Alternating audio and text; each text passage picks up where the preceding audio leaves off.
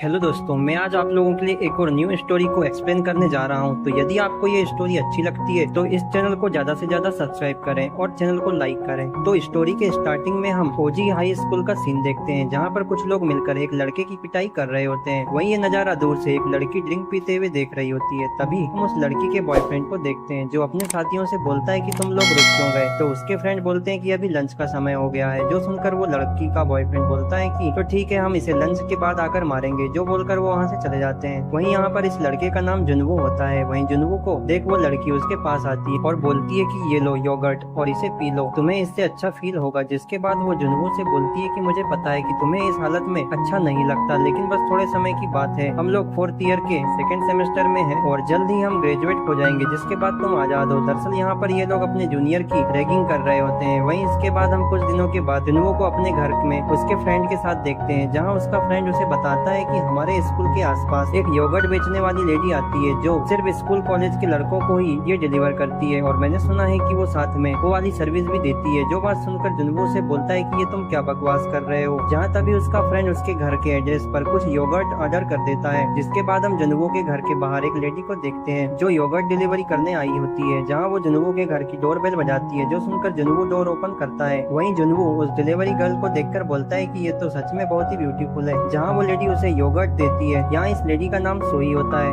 वहीं यहाँ पर जुनवू बोलता है कि क्या ये वही लेडी है जो आसपास में योगर्ट बेचती है, और क्या ये वही काम करती होगी। जिसके बाद वो उसे बोलता है कि क्या आप मेरे यहाँ आकर काफी पीना चाहते हो। तो ये सुनकर सोई बोलती है कि नहीं, मेरी शिफ्ट एंड होने वाली है, इसलिए मुझे जाना होगा। जहाँ ये सुनकर जुनवू उसे बोलता है कि मुझे मेरे फ्रेंड ने बताया था कि आप लोग अपने कस्टमर को एक स्पेशल सर्विस देते हो। जो सुनकर सोई बोलती है कि क्या, कौन सी स्पेशल सर्विस। जिसके बाद वो बोलती है कि हम लोग ऐसी कोई सर्विस नहीं देते। जहाँ पर ये बात सुनकर जुनवू बोलता है कि ठीक है। जिसके बाद वो लेडी उसे बाय बोलकर वहाँ से चले जाती है। जिसके बाद हम जुनवू को देखते हैं, जो अपने फ्रेंड पर गुस्सा होता है और बोलता है कि ये योजू गलत अफवाहें फैला रहा है। वहीं यहाँ पर जुनवू उस लेडी से अब रेगुलर योगर्ट मंगवाने लगा था, क्योंकि उसे वो लेडी बहुत पसंद थी। जिसके बाद एक दिन जुनवू का डोर नॉक होता है, जहाँ पर वो लड़की बोलती है कि क्या आप योगर्ट ऑर्डर करना चाहते हो। तो जुनवू बोलता है कि नहीं, मैंने ऑलरेडी ऑर्डर कर दिया है। तो ये सुनकर वो लड़की बोलती है कि मैं योगर्ट डिलीवरी करने के साथ साथ एक दूसरी सर्विस भी देती हूँ। जो सुनकर जुनवू बोलता है कि देखो, मुझे किसी भी फ्री सर्विस में कोई इंटरेस्ट नहीं है, इसलिए तुम यहाँ से चले जाओ। ये बोलकर वो गेट लगाने लगता है। तभी वो लड़की बोलती है कि लगता है मेरे बोलने से कुछ नहीं होगा। जहाँ वो बोलती है कि लगता है आप योगर्ट डिलीवरी करने वाली उस सर्विस के बारे में नहीं जानते। जो बात सुनकर जुनवू को लगता है कि शायद ये वही लड़की होगी। जिसके बाद वो लड़की जुनवू को अपने मुंह को टच करने का बोलती है और बोलती है कि क्या ये तुम्हें अच्छा लगा। जिसके बाद वो लड़की बोलती है कि हमारी सेवा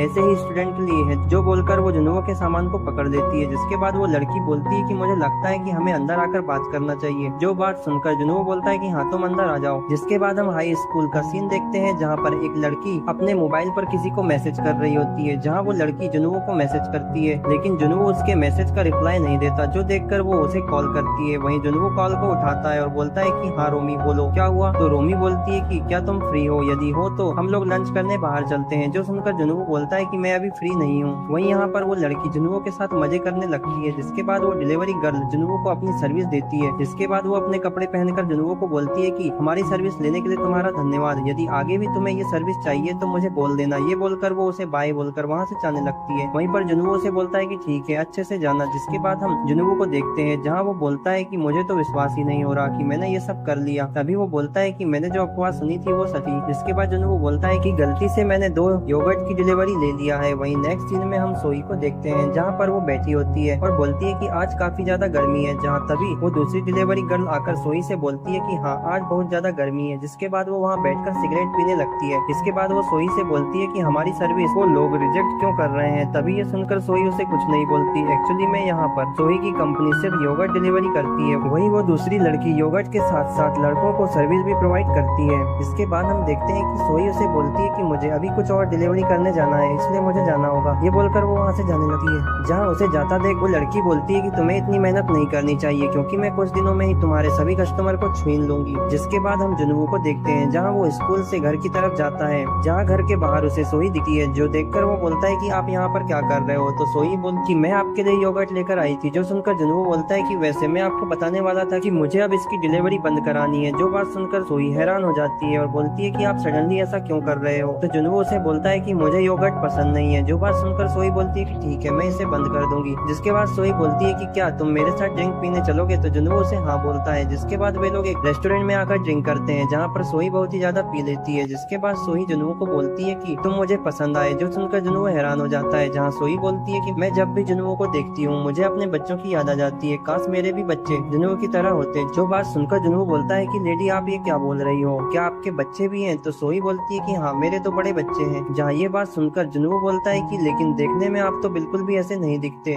जहाँ फिर सोही पूछती है कि तुम कितने साल के हो, तो जुनू उसे बोलता है कि मैं अभी 22 साल का हूँ। तभी सोही बोलती है कि जुनू की माँ तो बहुत ही लकी होगी जो उसे इतना सुंदर और प्यारा बेटा मिला है। वही वो बोलती है कि काश मेरे बच्चे भी जुनू की तरह होते तो अच्छा होता। जिसके बाद वे लोग बैठकर ड्रिंक और खाना खाते हैं, जहाँ पर सोही बोलती है कि वैसे मैं बहुत निराश हूँ कि आपने डिलीवरी बंद कर दी है। जो सुनकर तो जुनू बोलता है कि यदि मुझे नेक्स्ट टाइम योगर्ट लेने हो तो मैं इसे दोबारा ऑर्डर कर दूंगा। जो सुनकर सोही बोलती है कि ठीक है। जिसके थोड़े समय बाद हम सोही को बाथरूम में देखते हैं, जहाँ उसे उल्टियाँ होने लगती है। जो देखकर जुनू बोलता है कि क्या तुम ठीक हो? जिसके बाद वो बोलता है कि मैं तुम्हारे लिए टैक्सी बुला देता हूँ, मुझे तुम्हारा एड्रेस बताओ। तो सोही बोलती है कि नहीं। ये बोलकर वो जुनू के करीब आ जाती है, जिसके कारण उसके जुनू से टच हो जाते हैं। जहाँ पर जुनू उसे अपने इतना करीब देख उसे किस कर देता है और उसके बूट्स को दबाने लगता है। जो देखकर सोही बोलती है कि रुक जाओ, हम दोनों नशे में हैं और हम लोग ऐसा नहीं कर सकते। इसके बाद सीन शिफ्ट होता है और हम एक लड़के को देखते हैं जो कि एक लड़की के साथ मजे कर रहा होता है। तभी वहाँ पर उसकी सिस्टर आती है, जो उसे बोलती है कि इसकी ठुकाई करना बंद करो, मॉम के आने का समय हो गया है। जो बात सुनकर वो लड़का बोलता है कि मैंने तुम्हें बोला था कि तुम मेरे कमरे में मत आया करो। वहीं इसके बाद हम जुनू को देखते हैं, जो सोही को अपनी बैग पर लेकर उसके घर तक ले आता है, जहाँ पर वो उसके घर का पासवर्ड पूछता है, लेकिन सोही को वो याद नहीं रहता। जहाँ तभी जुनू देखता है कि किसी ने डोर ओपन कर दिया है। जिसके बाद वो वहाँ पर सेवांग को देखता है और उसे देखकर हैरान रह जाता है। इसके दूसरे दिन हम जुनू को स्कूल में देखते हैं, जहाँ पर वो अपने एक फ्रेंड के साथ बात कर रहा होता है। तभी वहाँ पर हम सेवांग के साथ उसके भाई को देखते हैं, जो जुनू से बोलता है कि तुम 1 मिनट के लिए मेरे पास आओ। जो सुनकर जुनू बोलता है कि क्या बात है?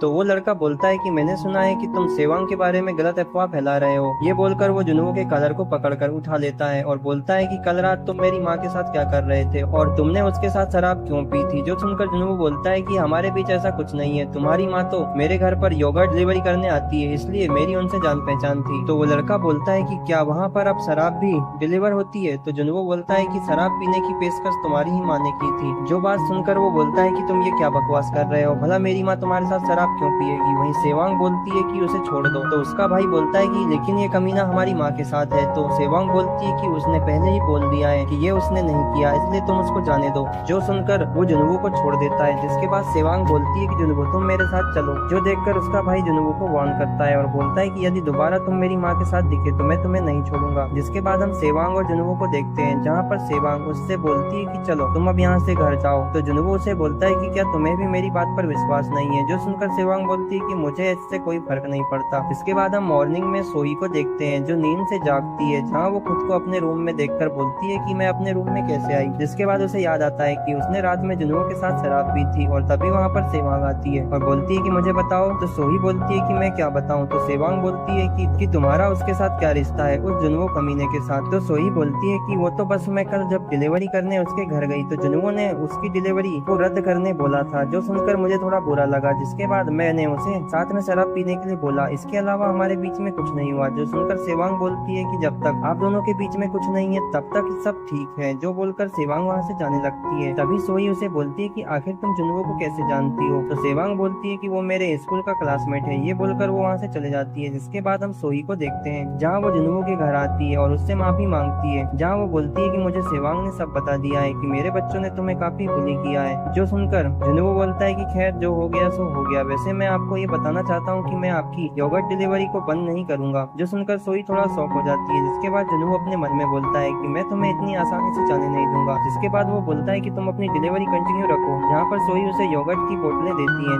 वही नेक्स्ट सीन में हम जुनू के घर उस दूसरी योगर्ट डिलीवरी लेडी को देखते हैं, जो बोलती है कि तुम्हारे घर में बहुत ही गर्मी लग रही है। तो जुनू बोलता है कि मेरे यहाँ पर सिर्फ एक ही एसी है। जिसके बाद वो लड़की अपने कपड़े निकालने लगती है और जुनू को बोलती है कि क्या अब हम शुरू करें? ये बोलकर वो उसके पैंट को पकड़ लेती है। जहाँ ये देखकर जुनू उसे बोलता है कि मुझे लगता है कि मुझे अपनी योगर्ट की डिलीवरी रद्द करनी पड़ेगी। जो बात सुनकर वो लेडी बोलती है कि तुम ये क्या बोल रहे हो, तुम मुझे मना क्यों कर रहे हो? तो जुनू बोलता है कि देखो मैंने तुम्हें पहले ही मना किया था। तो वो लड़की बोलती है कि हमने पहले भी मजे किए किए हैं, लेकिन अब तुम्हें क्या प्रॉब्लम हो रही है? जो सुनकर जुनू बोलता है कि ये मेरा पर्सनल रीजन है। वहीं वो लड़की बोलती है कि क्या तुम्हें कोई दूसरी लड़की पसंद आ गई? इसके बाद वो बोलती है कि अपने फेस को संभालो। तो जुनू बोलता है कि तुम ये क्या बोल रही हो? तभी वो लड़की जुनू के फेस पर एक लात मारती है, जिसके कारण जुनू बेड पर गिर जाता है। जहाँ ये देखकर वो लड़की बोलती है कि मुझे माफ करना, लेकिन मैं थोड़े गुस्से में थी। जिसके बाद वो जुनू के साथ खेलने लगी है। वहीं जुनू उसे बोलता है कि आपके पास तो और भी कस्टमर होंगे, मेरे डिलीवरी बंद करने से आपको कोई प्रॉब्लम नहीं होगी। जो बात सुनकर वो लड़की बोलती है कि हाँ, लेकिन तुम्हारे जैसा कस्टमर मेरे पास नहीं है जो मुझे इतने अच्छे से सेटिस्फाई कर सके,